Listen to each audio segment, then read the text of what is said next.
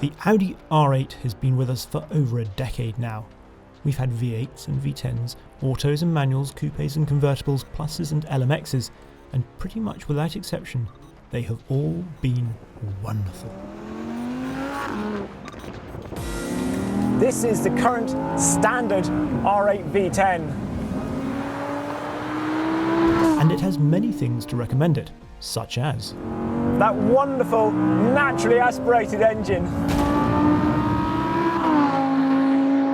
Its 5.2 litres of howling mid-mounted V10 putting out over 530 brake horsepower is just glorious. The slippery silhouette still looks stunning too. The latest 7-speed double-clutch gearbox is great, and it's maintained that perfect balance of feeling usable yet special. They even have steering feel. But since they first burst onto our roads back in 2007, all R8s have had one thing in common. They've all been Quattro. Some people think that is a bad thing.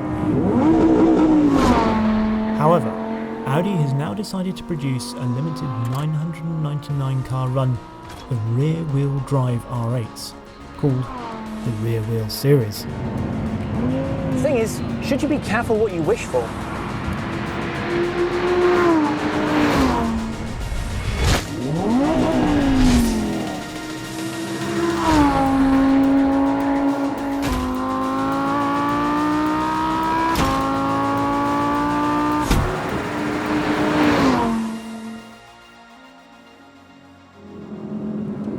Well, it turns out that yes, you should be careful what you wish for.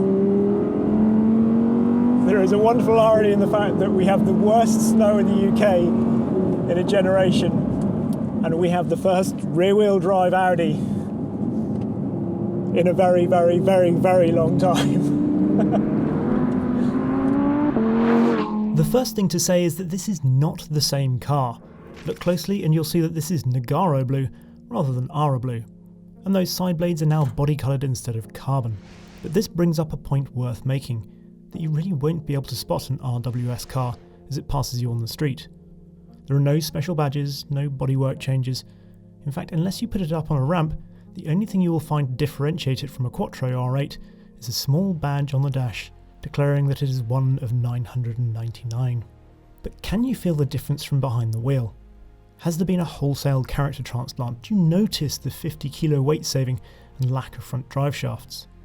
Well, on the road, every day, not really. The front end feels a little lighter in its responses, but fundamentally the balance and demeanour of the car is identical.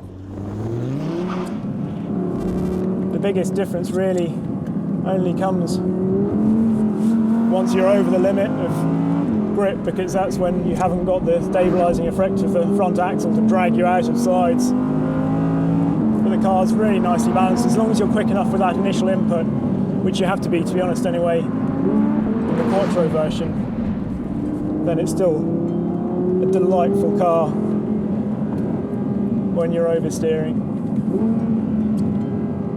As you can tell, I'm concentrating quite hard in the cold, slippery conditions, and you need to, because once that big V10 starts moving, you can really feel its mass gain momentum.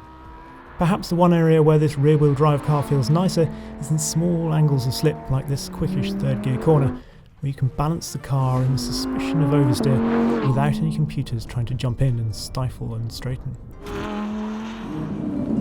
Is it a pure experience? Well, I suppose so. More fun? I'm not sure actually in many ways, because the four-wheel drive one is fun enough in itself. Oh, I still find it funny that the all-weather supercar has gone rear-wheel drive and we've got literally all of the weather. Thankfully, this particular R8 has 4 crucial things up its wheel arches.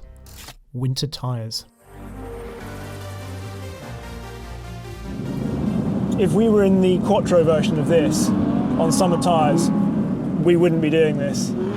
Winter tyres have a different compound to them so that they work in the lower temperatures. Even if there's not snow on the ground, they're better. They also have these sipes So the tread blocks can move around a bit more and presumably help get a bit more heat into the tyre, but also trap snow. So when it does snow, the tyre will actually use snow to grip on snow. You think about it, the way you make a snowball and it all sticks together, snow wants to stick to snow. So that's how the tyre actually utilises the surface that it's got to generate more grip. And it is bizarre. After some laps of Landau, we had originally intended to head for the hills, but with dire weather warnings that sounded like something from a disaster movie, we decided that on this occasion, discretion was the better part of valour. We will just have to get it back and drive it again on a sunnier day. Take it for a road trip perhaps. However, even with the various trials and tribulations of this test, one thing was very easy to conclude. Rear wheel drive or Quattro. I just love the R8 to be honest.